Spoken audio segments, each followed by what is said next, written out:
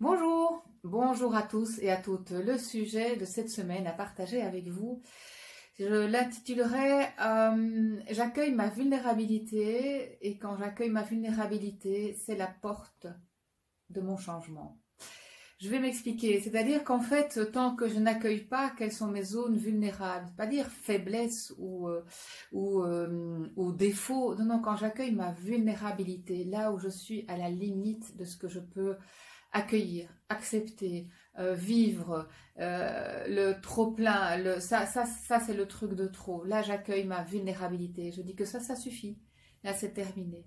Mais quand on arrive à ça suffit, c'est terminé, ça c'est trop pour moi, mais je commence à ce moment-là à me choisir, à choisir ce qui est juste et bon pour moi, plutôt que de tout le temps porter sur mes épaules, faire à la place des autres, me mettre en sacrifice ou au service d'eux. Il y a un moment, c'est trop, ou ça suffit. Ou tout d'un coup, je dis non, ça c'est vraiment pas pour moi.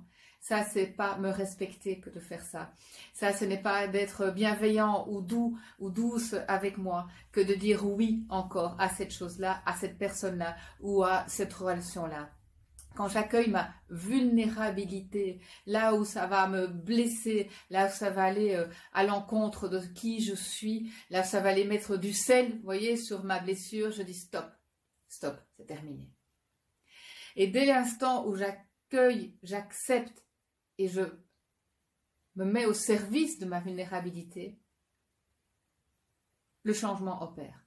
Mais directement, il y a un positionnement là, à l'intérieur du corps qui se fait là, dans le bassin, là, il y a quelque chose qui se met. Il y a un alignement qui se fait. Et du coup, je ne vais plus non plus attirer ces situations-là, de plus en plus difficiles, de plus en plus compliquées, de plus en plus fermées, si vous voulez, avec de moins en moins d'échappatoires. À partir du moment où je dis stop, c'est terminé, là, tu touches à trop de vulnérabilité en moi.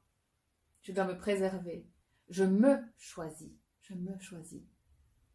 Ça, c'est la porte du changement.